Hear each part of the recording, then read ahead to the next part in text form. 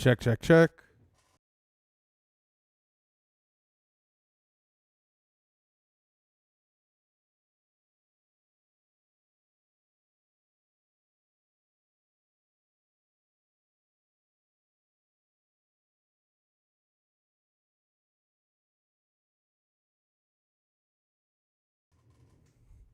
Check, check, check.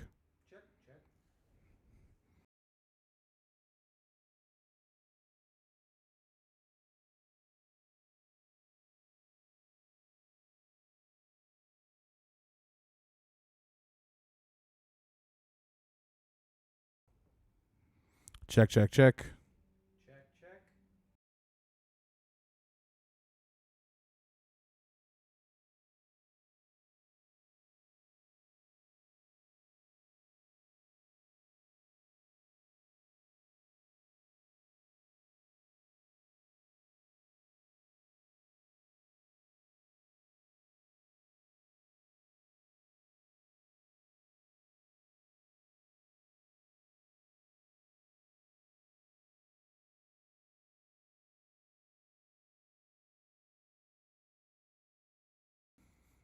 Check, check, check.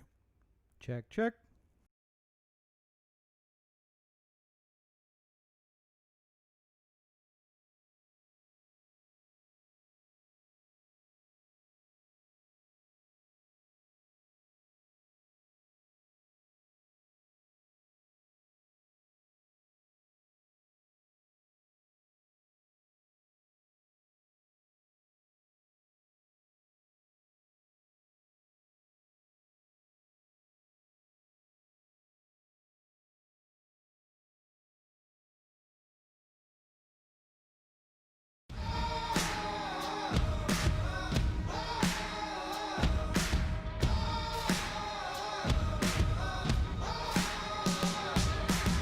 Hey everybody, it's Rob. We're just about to get started with this week's episode.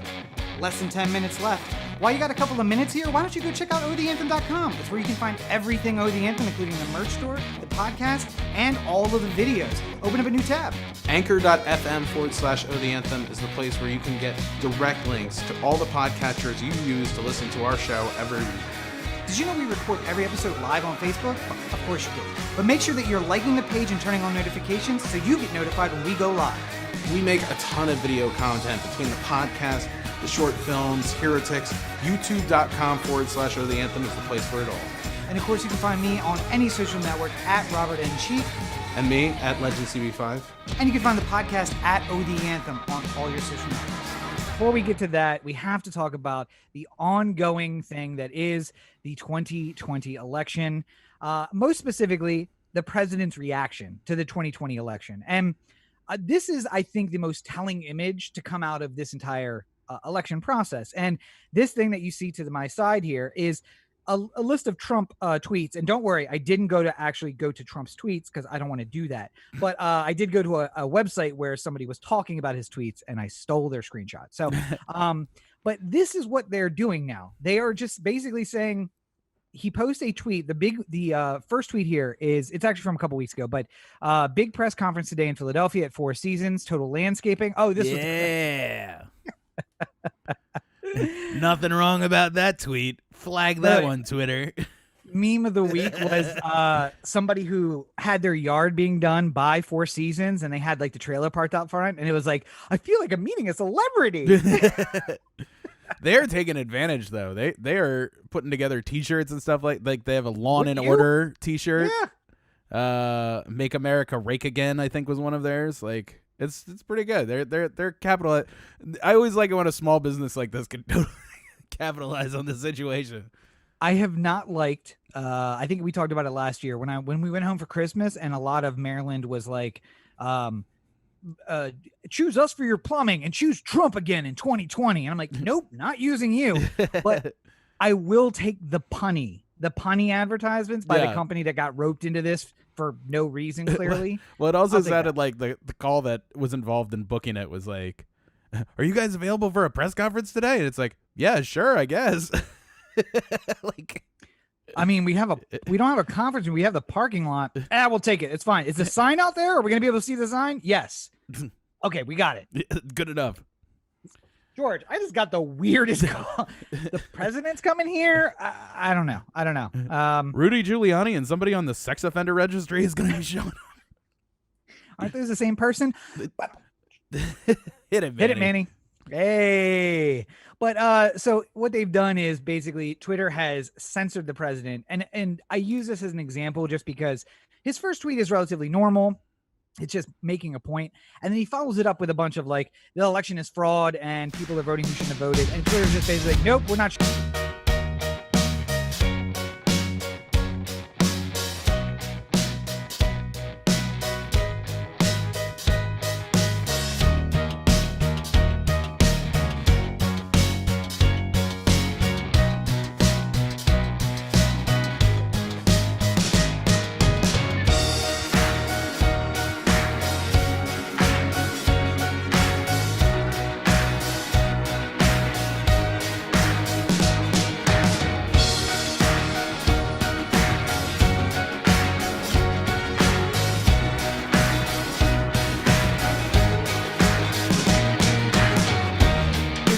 About it like this, like if you say you were going to court for something, right? Like you were wrongly accused for killing your wife, and it was really the one-armed man who did it, right?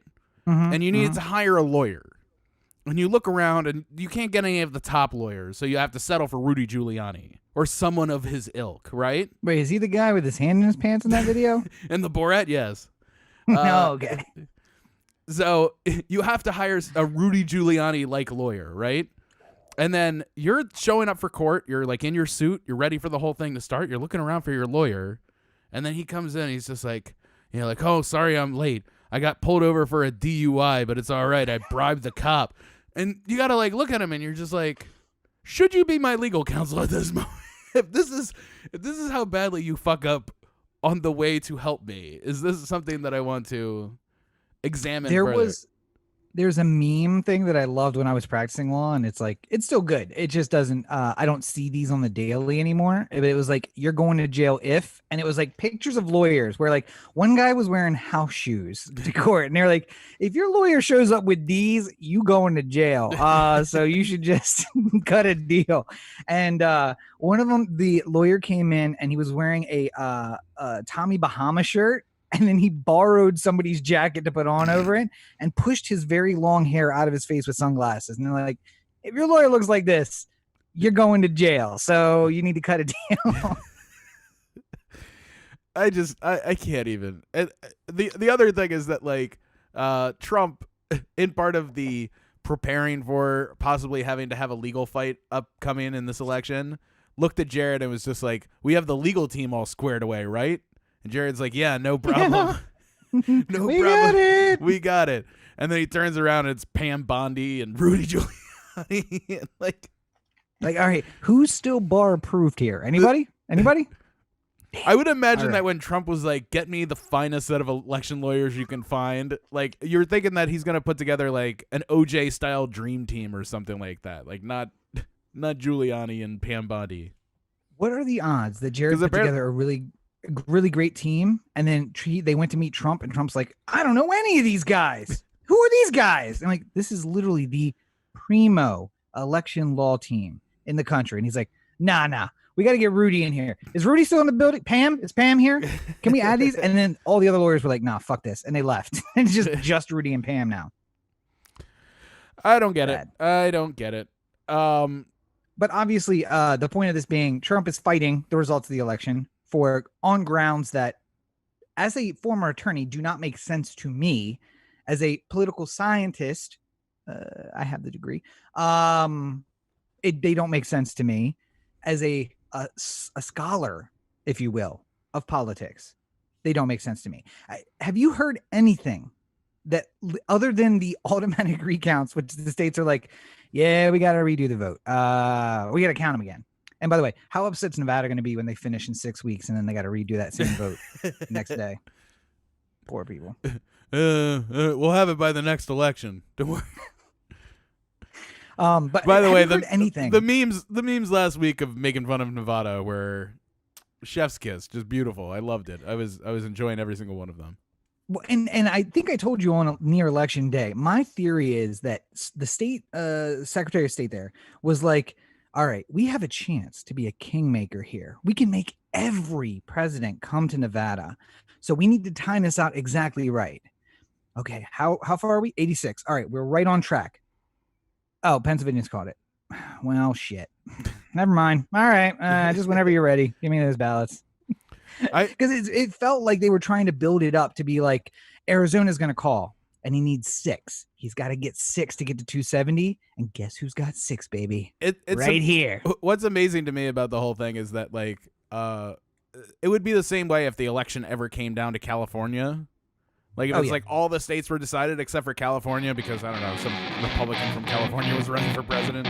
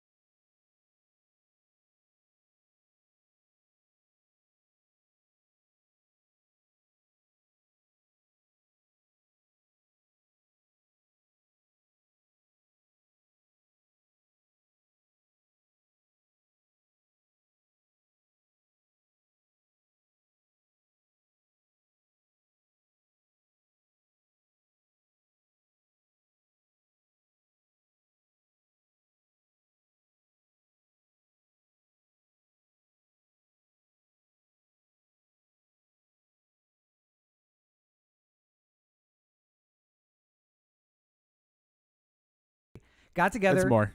Is it more? Yeah. What's the total? 538. No.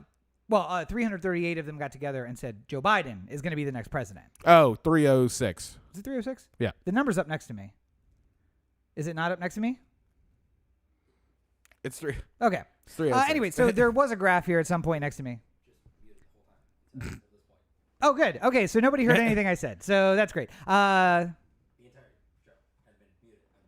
Okay, good. So 306. Has it really? Yeah, he forgot to unmute it. So that's good. Check out the episode tomorrow. It's available everywhere.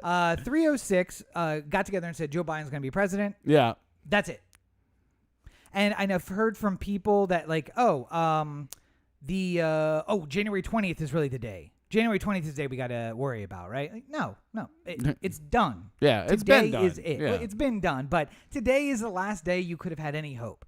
Yeah. In not even because that would have been George Washington, but like Today is the day where you have to be Dustin Hoffman running into the church and trying to Yes. stop the wedding. Yeah. Like, this is your last chance. In 1844, there was a chance that a bunch of real old rich white guys came in and were like, listen, I know they voted for so-and-so, but are we really going to let that guy be president? Listen, we don't have the internet yet, so people wouldn't hear about this. So let's just... we can do whatever we want. And also, all of them. Also I hope have you guns. don't. I hope you know I own the general store. I'm the richest man in town.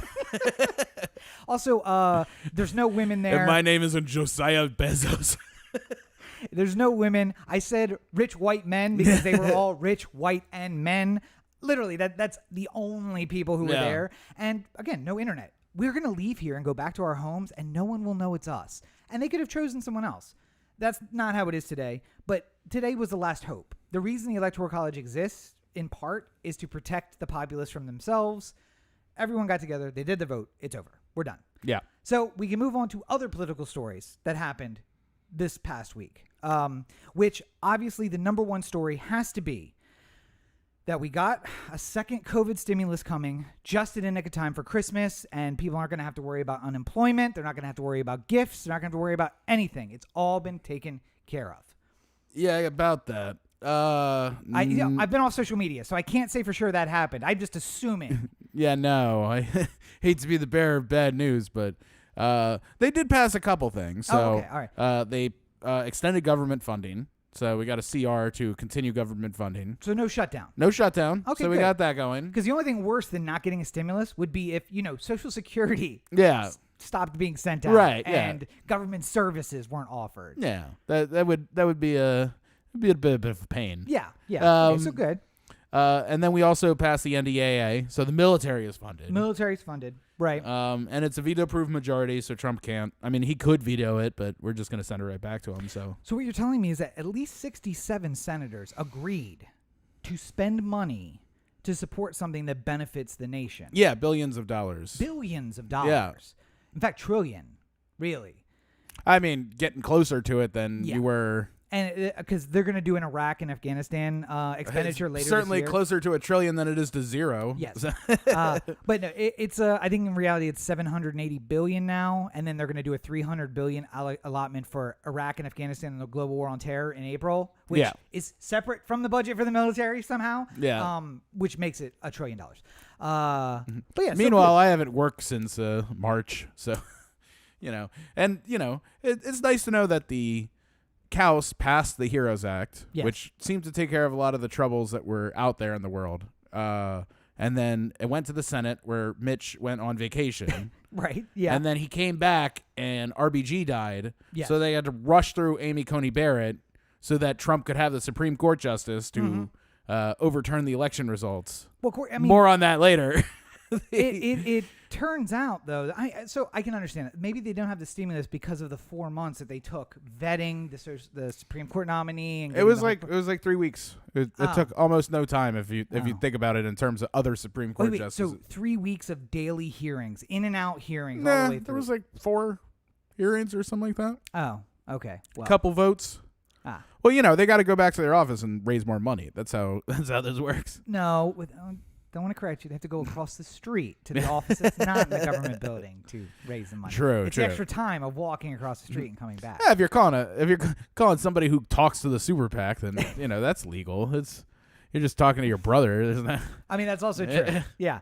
But just for clarity, all jokes aside, we avoided a government shutdown. That's excellent. And I think something like 60 senators voted for that as well. Probably not veto-proof, but still, Trump's not going to veto the CR. He asked for a CR. So we're good until the new year on the government shutdown. We can get a bunch of people to agree on that. The NDAA passed, so the military's funded with a veto-proof majority, which means at least 67 voted for that. Mm-hmm. So that even if Trump, there's no reason for Trump to veto it. In fact, it goes to his desk as a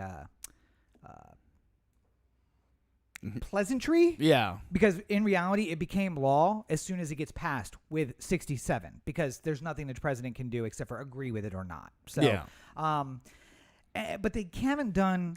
I mean, COVID. couldn't he could send it back and they would have to override the veto legitimately, though, right? Yes. Yeah. But if So, I mean, it would be more performance art than it would be. But maybe something changes in the next 3 days before you vote on it again, like I mean, before you override the veto. so he would actually, it would be performance art. He would Yeah. actually have to put a veto on something, and very few things get vetoed. Basically, the president says, I'm going to veto it. They decide whether or not they have the votes. Yeah. If they have the votes, then the president doesn't sign it. It just becomes law Yeah, after just the the- Senate passes it. Yeah.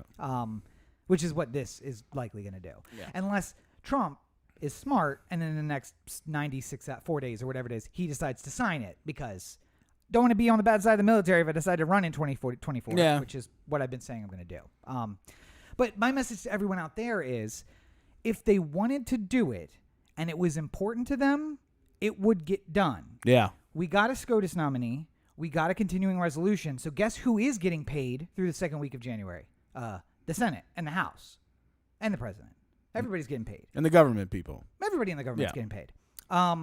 We got the NDAA. The military's getting paid. And everyone in the House and the Senate, as much as the president doesn't realize this, the military is very important. It was sacrosanct. I heard this in a podcast this week. The military was sacrosanct in the 1950s. It is very nearly sacrosanct now. It is the only thing that is consistent throughout the history of America, is you don't fuck with the military. Yeah. You don't be on the wrong side of them. Except You for- can disagree with going to war or Yes. the reasons that you would send military to something, but you don't, like, the troops are The troops are the thing. Hey, if you go back to Bernie Sanders' argument against Iraq, it was never, you're making a bad decision. It was, we should not put our troops in the position Yeah. of going to Iraq. Right. It's always phrased as, I'm not a pacifist. I'm not saying no war ever. I'm saying this is a bad reason for our boys and girls to go off and die. Yeah. Which is a good argument. It's sacrosanct. You Yeah. don't mess with them. So what my point is that if your life was important, if your job and your livelihood and your rent and your children's livelihoods were important, it would get passed.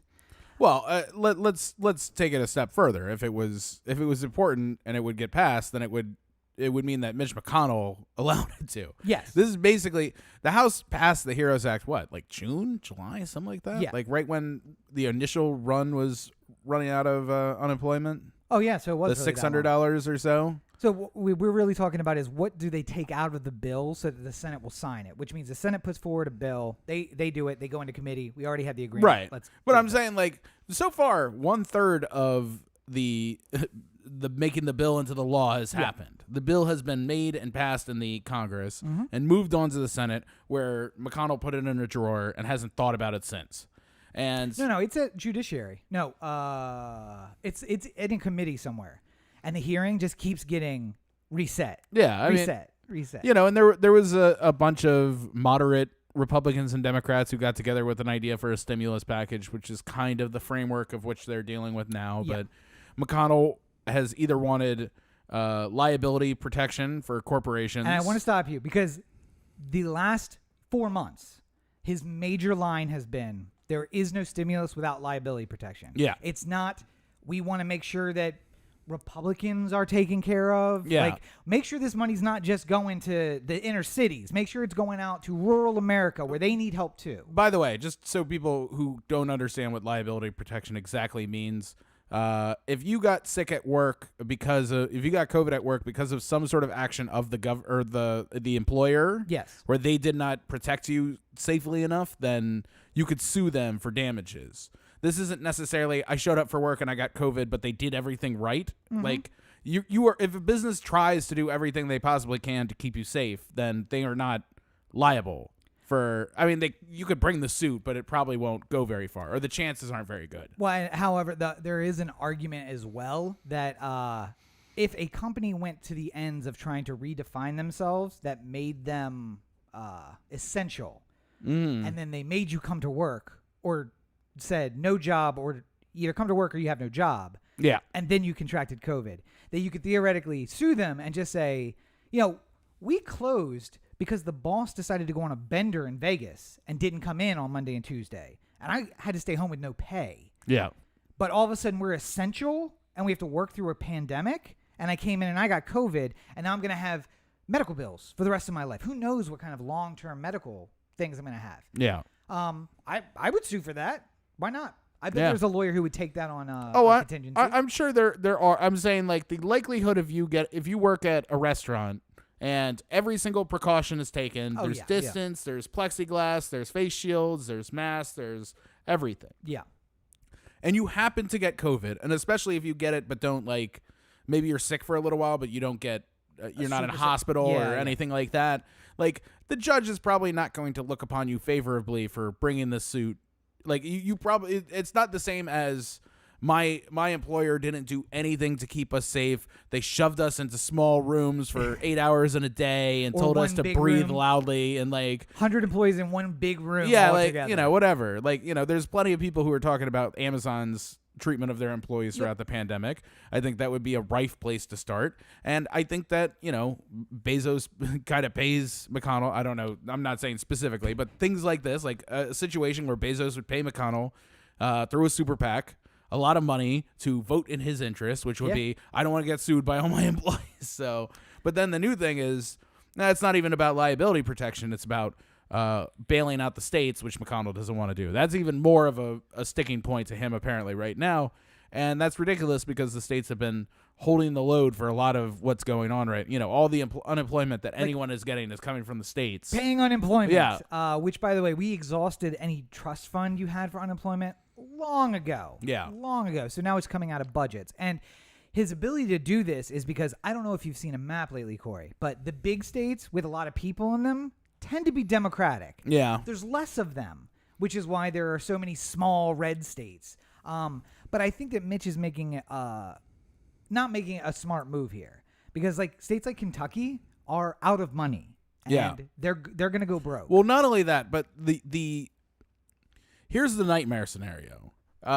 January 1st, if there's no stimulus, then any kind of, or it's December 26th or something, right? Yeah, it's like right around the day Christmas. after Christmas, yeah.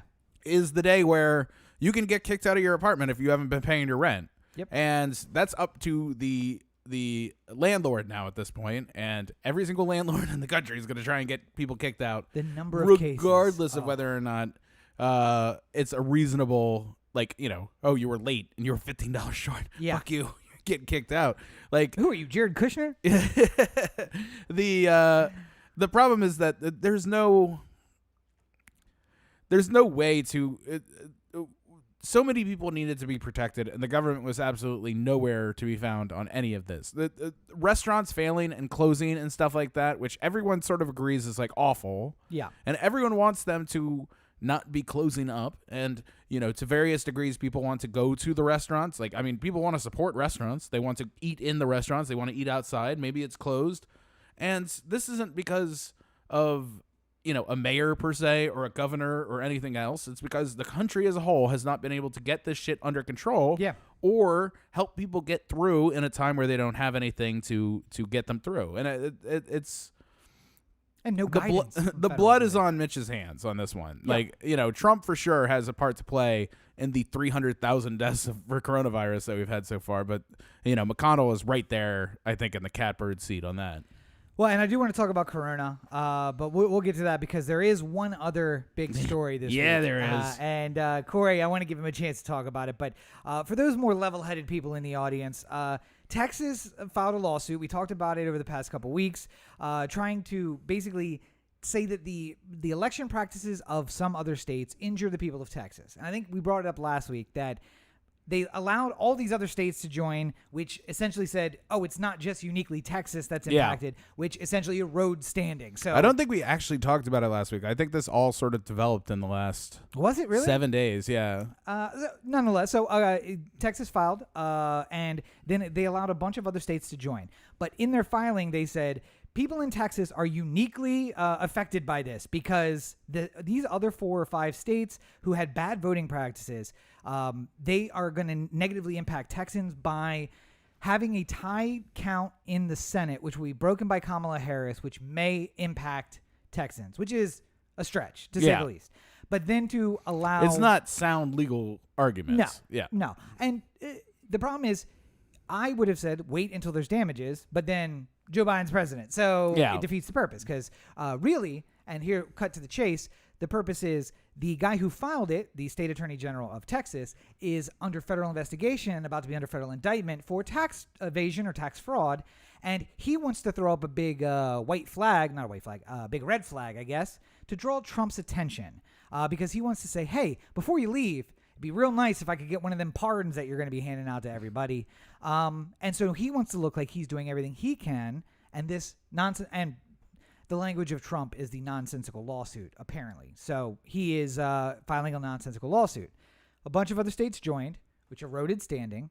The SCOTUS ruled on that this week, which essentially basically said, this is nonsense. And a bunch of people joined that misspelled even their own names on the filing, so we can't respect it. And that's the other funny, not funny, kind of sad death of the republic part of this, is that 2 states that joined are not states. No. They have the name of a state in their name, but New California and New Nevada are not places. No. Yet they are part of this lawsuit. So I'd be interested in finding out if they just made a new California or if they just separated out parts of the current California to make the new California. Out parts. So if I have been talking about Cal Exit for a while. Yeah. And essentially what they did is they took everything that we would probably want to leave in the United States. Like, we'll have the Republic of California. You can keep the state of California. Just keep everything, I don't know, east of the bay. Just east of the bay and take the south state in half and just sort of split it down the middle, Yeah. and you can have the eastern half of it. And except for what's the county directly east of Los Angeles County? Riverside? Is that the big one that goes to the state line? No, there's another. Yeah, that there's one. another couple there. I basically want to make that the bottom of that new state, and we'll keep everything from there down to the Mexico border because I don't want to have to pass through another state on the way to Vegas. And I'd also like to at some time incorporate maybe Las Vegas and the Grand Canyon Well, we area. talked about making the big make into a greater California area. Yeah. So we'll incorporate that because, by the way, New Nevada is everything in the state except Clark County. It's everything but Clark County. So everything not fun about Nevada. Yes. All of the really terrible, and if you want to know what kind of person would file this, it's the kind of person who would live in Pahrump, Nevada. New Nevada. What happens here stays here because you probably were born here and you're probably going to die here. And hey, has Becky got a new job at the grocery store? Well, you look at that. It's New Nevada. It's a big slogan. All the fun things about Nevada are in old Nevada. Why? Who travels to Nevada and doesn't go to, I don't know, Las Vegas? New Nevada. It's like Utah going through an awkward teenage phase. Oh, you know what I just realized? If we do give them New California and New Nevada, we lose Tahoe, though. Annex Tahoe. And we also lose that good weed growing territory in Northern California. So maybe we keep Well, we can't lose that. Keep the northern counties and try to bleed that over into Tahoe. Why don't we just make New California the smallest state? It's just Death Valley and nothing else. So the proposed state is literally all the counties that you would think of as Republican counties. Yeah. It's everything that surrounds San Francisco and Oakland and Los Angeles and San Diego. 2 senators, 1 congressman. Yeah. That's like Wyoming. I was going to say more like Montana or Alaska because it's a huge a lot of fucking space. state, Yeah, true. but very few people. California is big and has a big population, But if you were to break it down, it's a lot like Alaska. It's big with a lot of population in one place. That's it. They're all living in one area. Well, a couple places in California, because you got the Bay Area and you got Southern California, and Sacramento has some people. Does it? Enough. Okay. So anyway, this lawsuit, not only was it signed on by New California and New Nevada, but also 120-something members of the House GOP. And here's where Corey's going to get wound up. And whoever in your mind, you were just like, who's my least favorite congressman?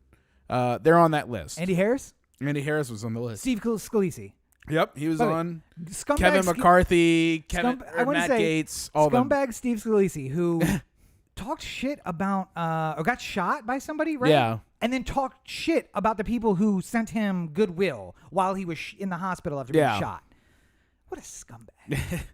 I have scumbag Andy Harris stories too, but that's for another day. I was gonna say he's not like defeat Wayne Gilchrist, the nicest man in the world, scumbag like Andy Harris, but so they all signed amicus briefs onto this lawsuit as well. Amicus brief is a friend of the court brief, which is like basically saying I'm not joining the lawsuit, but here's why you should pass it, and I'd like to join if you would let me join. Yeah, but I know I can't because I don't have standing. I would love to be an injured party in this. Yes.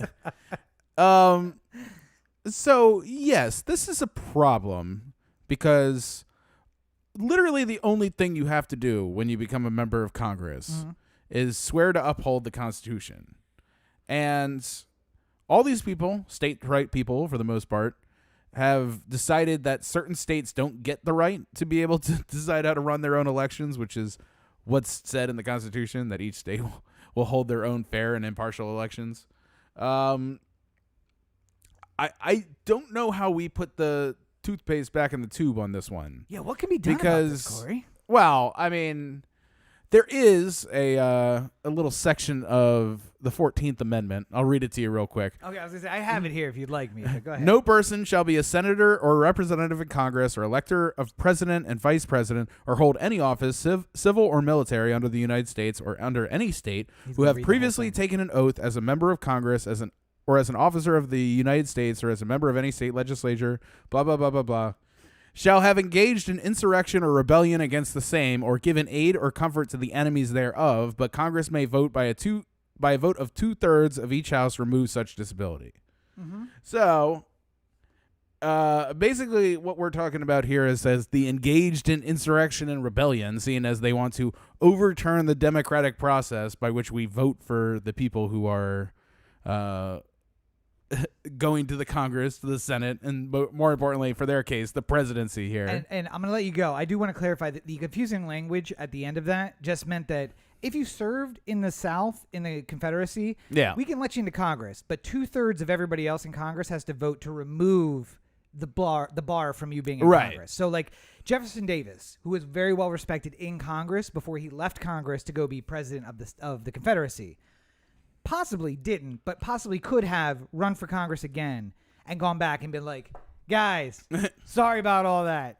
Hey, but we're all friends here. Can you just vote me? Just let me be a voting. Yeah, let me be back. I got good ideas now that I'm part of this union again. Yeah, and they could have done that. They could have let him in. Or it may have been that like Puerto Rico is on the verge of either insurrection or becoming a state, right? It might be independent, it might be a state. So it may be that one of the senators basically says, or one of the non-voting members of Congress goes home and says, nope, I'm here for independence, let's do this. And then the United States squashes that independence movement, but says, listen, we should have given you statehood. That's our bad. So we're going to give you statehood. We're going to give you 2 House members and but it'd be more than 2, 3 House members and 2 senators, and that guy runs for the House. And when he gets back, everybody in the House is like, yeah, I know you were asking for statehood for like 45 years, and we probably should have done that before the whole war broke out, so we're going to vote to let you vote. Yeah. And respect that they voted for you. So that's why it's confusing, because it just means you're not allowed to do this at all. Right. Unless 2/3 of Congress says that you can do it, then you can. We also haven't had an amendment for a while, so people might not be totally aware of what? They might not be familiar with the like wording how of this amendments. Yeah. This is from an old time. But basically there has been a progressive movement because all these people are openly trying to overthrow the duly elected president, that Nancy Pelosi shouldn't seat any of them because she has the choice as to whether or not any of these people actually get sat at the new Congress. Well, if she is the House Speaker, Yes. which is not clear yet. Well, I mean, They haven't held the vote. We don't know. If she's no, but she's probably going to win, despite God, let's hope not. despite everyone not wanting this to happen. But somehow we're stuck here. So, but yeah, I think that she's not going to do that though because she doesn't have a sack to hold it against anybody. Well, Corey. I mean, like, I don't remember if you remember the the really exaggerated clap. That's as far as Nancy gets to putting the sack on the table. That's all. She is a woman. I don't know if The metaphorical sack. Yes, not sack. the. Okay. Yeah. So when you're saying sack up Nancy Pelosi, you're not saying that you wish she was a man. You're saying that you want to see some fortitude. Yeah, I don't care what Nancy Pelosi choose to identify as. Like, whatever she wants to do is fine with me. I have no qualms about any of that. What I mean is to metaphorically sack up and maybe for once stop being so awful at your job. Because, listen, think about it this way. If McConnell was the House Majority Leader instead and a bunch of Democrats did this sort of shit, it wouldn't just be, oh, you boys will be boys. He would find some sort of way to make this hurt for those people in some sort of way. Now, this was just a litmus test to show Trump how many loyal servants he has out there. And when Trump can't run in 2024 because he's, in prison or something like that, then, Steve Scalise can be like, no, I was the good boy who said that Trump should be, should have kept the presidency. But since he's in jail, I guess it could be me. Like, that whole thing. Yeah. That'll eventually come in 4 years from now. I think that there's ways to punish all these people. And I would personally, I would like there to just be an investigation. Just to have them all testify under oath as to why they chose to try and unseat democratic process here. I also suggested that when you swear them in, make them take the oath like 10 times to like really make sure that they got that they're supposed to uphold the Constitution. Yeah. Like maybe each time you read it again, just be like, and you promise to uphold the Constitution? Like, that would be a nice one. It would be annoying, and everyone would hate it, but it would at least be something. If my options are nothing or something, I'd prefer something. Okay. If it's just torturing them by, like, doing something procedural that annoys them, I guess I'll take what I can get. I mean, what I would prefer is that, you press charges on them for openly defying the vote of the people. But let's bring a little logic into this conversation. yeah, I'm going to go to the pertinent part, as we lawyers would say, of the amendment and tell me what part of this their conduct was offensive to. Shall have engaged in insurrection. Did they engage in insurrection? Yeah, this is a coup attempt. That is not what it is. This is a They're legal trying to filing. they're trying to overturn the election. This is a legal filing. So- They're using the system in order. The system itself has safeguards in order for people to exercise their rights within it. That's what they are doing. That is not what insurrection is. I am understanding why I can't get insurrection started. People think it's fucking paperwork. You think insurrection is a signing onto a legal finding? No, I mean, obviously that's not what I would think of necessarily as insurrection. Okay.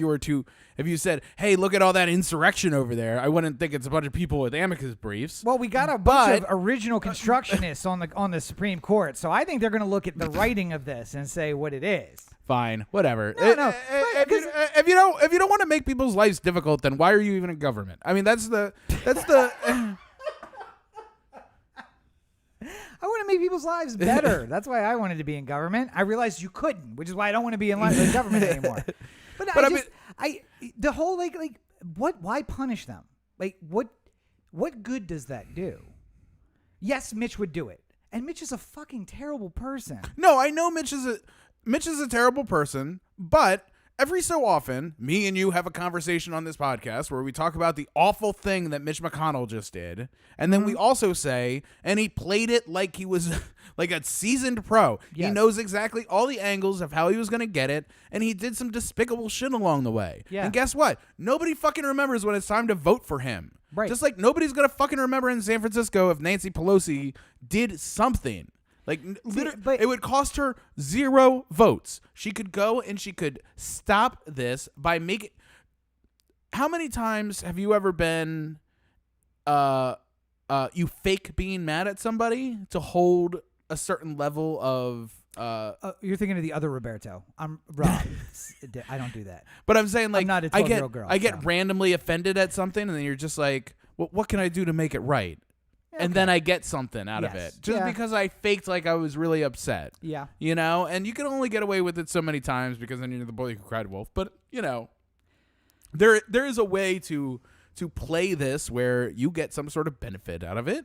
And I think just having them have to testify as to why they decided to do it, charge them with contempt, and you know, move on. So I look at Mitch McConnell. I say he's done terrible things.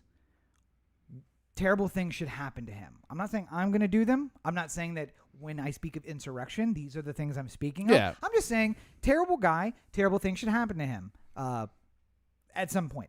But what I don't in a Darwinism kind of way, like natural selection. Yeah. Darwin, Marx, one of these things. Marx, Lenin, Trotsky. One of these things should one of these belief systems.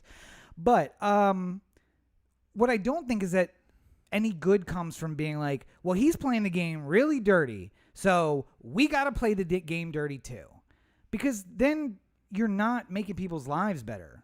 yeah. Does her spending 7 weeks on hearings about this filing get COVID relief done?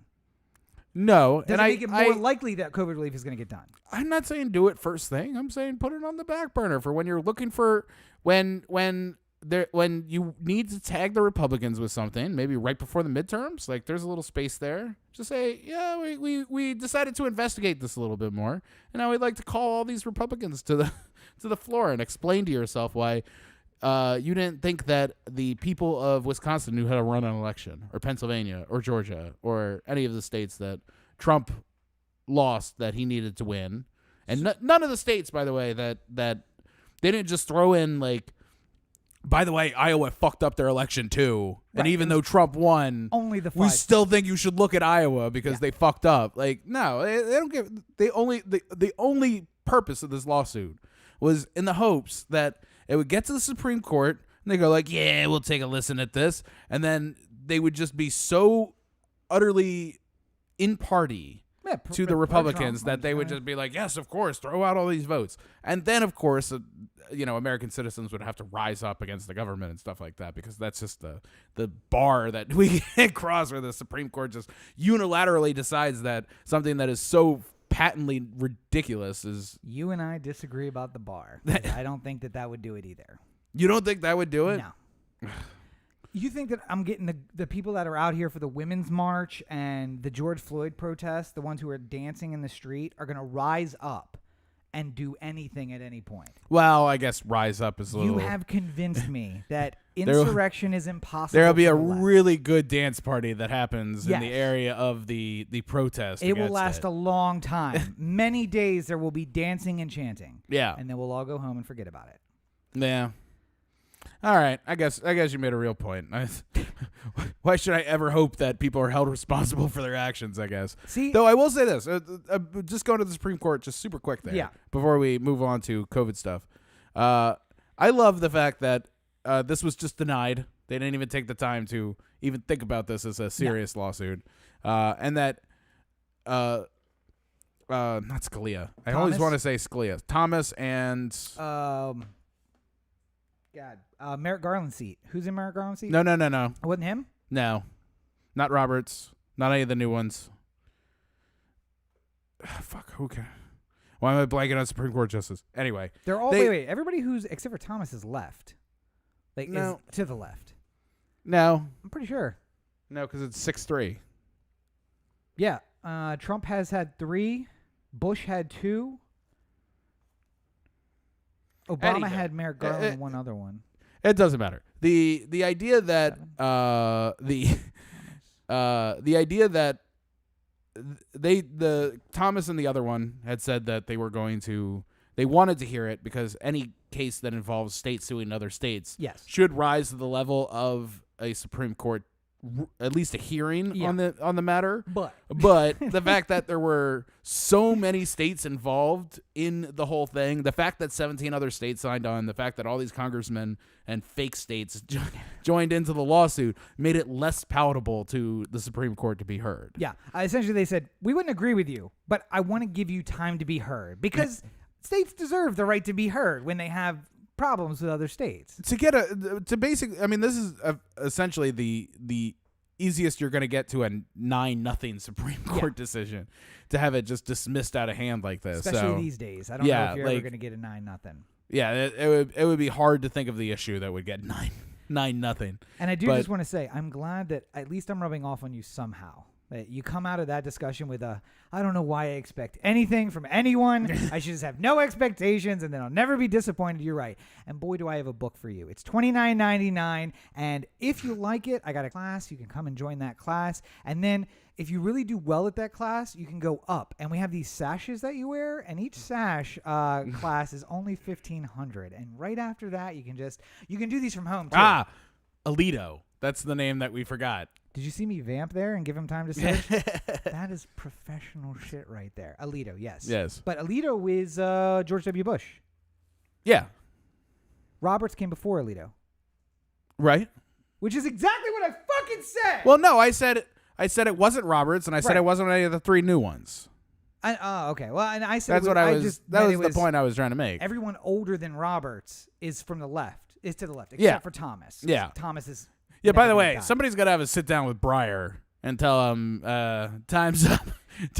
Time to go. Now's the time. Time to go pick apples. Yeah, now's the time to go. We need to get because I got especially if we win some Georgia runoffs. Like, yes, definitely time to go. Time for you to take an early retirement. Yeah, and then be like, hey. And by early retirement, I mean like way too late retirement. But now's the time. I'd love to introduce you to our next Supreme Court Justice nominee. She graduated law school, class of 2021. And she's never practiced law or sat on the bench, but clearly not a problem. So here you go. Her name is Chrysanthemum. Chrysanthemum. She's going to be on the court for the next 75 years. Get used to it. By the way... She's an actual communist. She's an actual communist. In her dissents, it's often like, this case didn't really sparkle with me. I held the item in question, and I didn't feel joy when I did so I understood the defendant's position. But yeah, by the way, no more old people. Let's start nominating some 25-year-olds, 30-year-olds. Let's do it. Pete Buttigieg's. Pete Buttigieg, want to keep him around because 2024 is going to be here, and I do not want Kamala Harris running for president. I mean, she's going to run. I don't want her winning the presidency in 2024. All I'm saying is, I know some guys. I really do think that AOC is going to run if she. I mean, maybe. Good. She can run too. She's not a lawyer. Yeah. I'm looking at some guys in their mid to late 30s who have practiced law before but became disenchanted with it, and maybe they could have. They're walking around with knowledge like every Supreme Court justice prior to Roberts is leftist, except for Thomas, and everyone after that was nominated by a Republican, except for one, and Obama got. Well, we got Sotomayor and Kagan, yes, who are after nominated by Obama. Yeah. Nonetheless, all I'm saying is, but it's just Breyer. They're walking around with all of that knowledge, and they really could be put really to good use. I mean, like, listen. If you could find someone like that. I would, if I was president and I could nominate people to the Supreme Court, I would absolutely put you on the Supreme Court. Mostly because I love picking fights with people. Yeah. And I think this would be a lot of fun. Like, just having. Did you listen to the episode of the podcast? I'm like, nah, probably not. I just realized. You were on it. The 14th Amendment would be problematic because not only would I need to be confirmed by 50% of the Senate, I'd need 2/3 of the entire Congress because I have definitely been engaged in active insurrection and rebellion against the United States. So, it was worth thinking about. Nonetheless, Just finishing off, though. Wait. I got one. Here we Yeah. go. Active insurrection would kill a lot of people, but probably not as many as Trump is allowed to die from the COVID virus in 2019 and 2020. So There we go. Was that good? Was that happy? Did that make everybody feel good? It sparked joy in me. Oh, good. So how about this? 300,000 dead. How's that make you feel? Did not spark joy in me. Yeah. We are bordering on World War II theaters now. So World War II combined was 520,000 dead, but that's 2 theaters of war. That's Pacific and Europe, which were essentially 2 different wars being fought at the same time. One of those, I think the low end of that is 300 and some. So we are coming up on the losses. Well, I mean, I'm really worried at this point personally that we're going to accelerate into a completely unsustainable position here shortly, because I think Los Angeles County only has a handful of ICU beds remaining. Yep. Orange County's done. Yep. Riverside done. We're getting to the point where the nightmare scenario when we all shut down originally was we don't want to end up like Italy. Yeah. Where so many people were sick at the same time that hospitals got flooded and people were dying in the hallways because there wasn't enough stuff to treat them and there wasn't enough room to put them. Mm-hmm. And people said that wouldn't happen in America. We'll take care of it. And then 9 months later, we don't give a shit about the pandemic anymore. Everyone's over it. Everyone's really tired. I find that more and more people are just like using the excuse of whatever politician has done whatever as a reason, a carte blanche reason to like, well, fuck it, I'm going to do whatever I want because Newsom does whatever he wants. Yeah. Like that sort of thing I feel like has trended all over the place. Not a reason. Not a reason, but still, like I get it. They should be better role models in this whole thing. But the good news, as horrible as everything has been this year, the good news is that we have our first vaccines were distributed today in record time, and thankfully the scientific community has been in full support of what they've been seeing so far in these vaccine trials. Nothing to make people worried about, possible long-term consequences or something that might come, shortly thereafter. It's I'm not a scientist, so I don't want to act like one, but everything I've heard about people speaking of the issue makes it seem like it's a worthy thing to do, especially considering that so many people are dying. So minimal bad reactions. Only people who've had bad reactions are allergic to other stuff. And should have known. It's like, have you ever had an allergic reaction to a vaccine? Oh yeah, every time I get a vaccine, I have a bad reaction. And they want to hold it out from pregnant women and children, which is sort of usual operating procedure. Yeah. Something tells me if there was an emergency, they might give it to a pregnant person. Well, if they were like early on or something like that. If you were early, maybe. I think the other part of that is you'd be safer just going home. Go home for the last 3 months of your pregnancy and just stay home. Yeah. And have your baby, and then we'll give you both. Well, we'll give you the vaccine. Yeah. And maybe by then we'll know whether or not it's safe for children. But I would say grain of salt. Yeah. If you and 100 of your friends were lost in the desert, and you were nearly not starving to death, dehydrated. Yeah, I was gonna say dehydrated, but what's the thirsty to death? Because like dying of hunger, dying of thirst. You're dying of thirst. Yeah. So then you stumble out of the desert altogether, and you come upon a 1997 school water fountain. Mm-hmm. Oh, God. Yeah. We're going to be saved, right? Yeah. So you see the guy at the front of the line take his first drink. He's going to be saved from dying of thirst. The problem is you're number 97 in line. Yeah. So we have our first vaccines given out today. Mm-hmm. We don't have enough doses for stage 1, part A. Yeah. And what they're planning on doing... By the way, October, Pfizer had offered the United States an additional 400 million vaccines. Which would be enough for all of stage 1 and part of stage 2. Yeah. But not. Because 200 million people, because it's 2 doses. Yes. And it was no down payment or anything like that. It's like, you get this when we ship it. Yep. And the government, Trump's office specifically was just like, nah, we're good. We got our eggs in a lot of baskets. We're not Yeah. going to put all our eggs in one basket. So now we got a couple other vaccines we're working on. So we'll also, see. we got this oleandrin thing that we're really excited about. But my concern, my thing I want people to stay in mind about is we're going to get 100 million doses. They're going to give 60 million out, which means that we need more to even give people 2 doses, which is what you have to have. And they're betting that they're going to be available, which is probably a safe bet, probably. Yeah. But we need 700, almost 800 million doses to give everyone in the United States a dose. And we have no idea where those are going to come from. They think the other vaccine's going to be ready. It's going to get approved, maybe. Yeah. No word about that yet. And we are splitting this amongst billions of people. Well, I mean, also specifically with the Pfizer vaccine, there's a lot of things that keep it.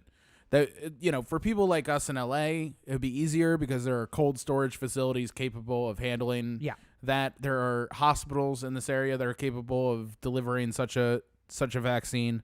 If you live in Bismarck, not to make fun of Bismarck, but you don't have the same kind of infrastructure available to you. Well, maybe in Bismarck you do, but it's I'm 5 hours from Bismarck. Yeah, I live a and little 5 ways away. hours from everything else. Yeah. Or, 10 hours from Denver and all I was that going stuff. to say, what's on the other side? But the we drove through there. I should know this. The point I'm making is that, you know, like I think the Moderna vaccine is one that doesn't have to have any particular temperature restrictions on it or something like that. It is still low, but it's more places have the facilities. Right. So, it's so not I mean, like, I think there's some sort of logic that's being put in. You know, we have the Pfizer one right now. Let's try and get it out to the healthcare people as quickly as we can. And then we'll, you know, like maybe by then more of the vaccines that are easier to distribute will go to, you know, the plain states more, because that's going to be a harder place to keep the super cold storage of the Pfizer vaccine. And we'll see. Yeah. We'll see. And I mean, Fauci said at the beginning of this thing, a year to a year and a half to get to the vaccine. Scientific community heard that at the time and said, that seems very ambitious. Yeah. I think you had a similar thing on. I think we said it was very ambitious. Very ambitious. We're at 11 months. Yeah. So we're ahead of schedule. If you look at it that way, and it seems like a lot of good has been done in mostly the many years of people working on different ways of tackling vaccines for the last several decades, which is the important part of investing in science. Like, I've made fun of NASA before. Yes. But some NASA science went into vaccine making. Well, I'm saying the idea that we spend a lot of money. This is the point you've always made to me about NASA. I've always poo-pooed it. Yes. But it's a perfectly reasonable argument now that I think about it in these terms, that 20 years of spending money on innovation will eventually lead you to the shortcut to the vaccine later, or whatever you're doing later, you know, like the. Well, and I'll admit, NASA had very little to do about vaccines. Right. But let me put this to you. The other side of that equation is when you put all of the greatest minds in the world to one problem. Yeah. It's unbelievable how fast we can solve that problem. Yeah. Let's say after we wrap up this COVID thing, I'm going to split that group in half. I want half of them to work on cancer, and I want the other half to work on global warming. And use as much fervor as you've used about this on each of those issues. Because, by the way, number one killer of people, if you combine all cancers together, and going to kill everyone on the planet. Almost. I mean, isn't heart disease up there too? What's that? Heart disease is up there. So heart disease is greater than colon cancer or lung cancer or but combined cancer. Combining yeah. the growth of human cells that grow abnormally, which is what cancer is, there's no comparison. All kinds of cancer put together, and there may not be one cure for all, but there's Keytruda, I think is the name of the drug, is actually proven to treat 117 different kinds of cancer, completely unrelated. And they're like, this could be, they call it Keytruda, which is, I wish they hadn't, but it's possibly the key to, they've broken how cancer as a thing grows, and it actually doesn't cure the cancer. It just slows the growth enough that your body can fight it off on its own. Yeah. So let's throw some research at that. Yeah. And also the other half, climate change will 100% kill 3 billion people in 50 years, or make all those 3 billion people move off the coast where they currently live. So let's look at that too. Just conquer those two problems. Who knows what we can do in 2 years, 3 years, 4 years? You'd have to have people who believe in climate change, though, or think that spending money on innovation like cancer is worth it at the same sort of fervor. Country don't believe in COVID, and we still got a vaccine for it. So and they're gonna take it. Oh, believe me, they're gonna take it. And the other, I guess I want to say that the good news, bad news of this is great. Vaccines are out. 300,000 are dead. We're going to probably hit 500,000 before we're done with this, which sucks. But the other thing that sucks is that in Europe, they have discovered a new variant of COVID-19, which is the inevitability of this. When you let a virus run rampant and then do what we do, which is we only clamp down when it gets real bad. Eventually what it does is it says, I can change. Well, it doesn't say this. Darwin tells us that it modifies itself to somehow hide itself from you. Like when you get the flu, you're sick for 1 day before you're contagious. You're actually sick for like 6 days, and then you start getting symptoms 1 day before you're contagious. Or you're contagious for 1 day before you show symptoms. Yeah. COVID, you are contagious for 4 or 5 days before you can start showing symptoms. You're virally shedding before you show symptoms. That's dangerous. If COVID could push that out and say, like, you don't show symptoms until day 11 and you've been contagious the entire time, that's how it spreads without you being able to be like, oh, I'm going to go lock myself away because I think I have symptoms and I'm going to go get a test. Yeah. People who don't regularly test, like the people that I know who go get tested regularly because they care about other people around them. It's worrisome because if we are seeing in less than 2 years, a genome change in the virus that makes it certifiably different than the original virus, it could be bad. And the question is, does the vaccine that's going out now work against it? The story I read said no, but it's also like... Well, I mean, there's a lot that's still not entirely sure about the vaccine, though, either. Like, are you going to have to get a booster on this at some point? Like, are you just done? Like, as soon as or hypothetically, if enough of the world got vaccinated, you would think that it wouldn't be able to continue to transmit, but measles continued on for years and years and years after. Yep. And then it started to come back, I think. And it started coming back because... Or mumps. Which one was the... but measles has made the strongest comeback, but it's because people who got the MMR then grew up to be people who didn't believe in the MMR and didn't give it to their kids, which is not going to take a whole generation. It's going to be people who are like, no, my mom didn't give it to me when I was a kid, and so that was 10 years ago. I don't believe in it. I'm not going to give it to my kids. Yeah. And within 15 years. But also, they keep in mind, this novel coronavirus 2019 is a variation on a coronavirus. There will be others. There will be other things. Life will be different forever from now on. Oh, and it'll eventually the virus that is quick moving and more deadly there's going to be something about a virus that happens like this in the future that will work against us and our ability to plan for it. Yes. And I mean, like, we've haven't been lucky with COVID-19 for sure. We were more lucky with like Ebola and SARS and stuff like that, where you were able to sort of get on top of it before it spread drastically. We may count ourselves lucky though. When we're digging holes and tossing bodies and bags into holes, we might be like, oh God, I wish this was like coronavirus and I just had to be locked inside for months. Because the same dumb people who won't stay inside now because they get bored with quarantine. Yeah. I want it to happen soon enough that these people get punished for this. Because now they're making my life difficult. I want the deadly virus to come so that they go out and party and then, die. And then I, one of the safe people, can, at some point later, when your body is no longer contagious, toss it into a big open pit and burn it. And then enjoy the fruits of an empty civilization. Well, if you are bored in quarantine and you're looking for something to do, you know where you can go and pass the time? Where's that? OhTheAnthem.com. Core to TheAnthem.com. Oh, The Anthem on Facebook, Twitter, Instagram, and the listener line, 443-219-7595. What's that number again? 443-219-7595.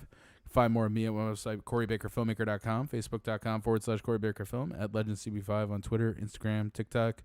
I had recorded a review for Mank, and oh boy, was it bad.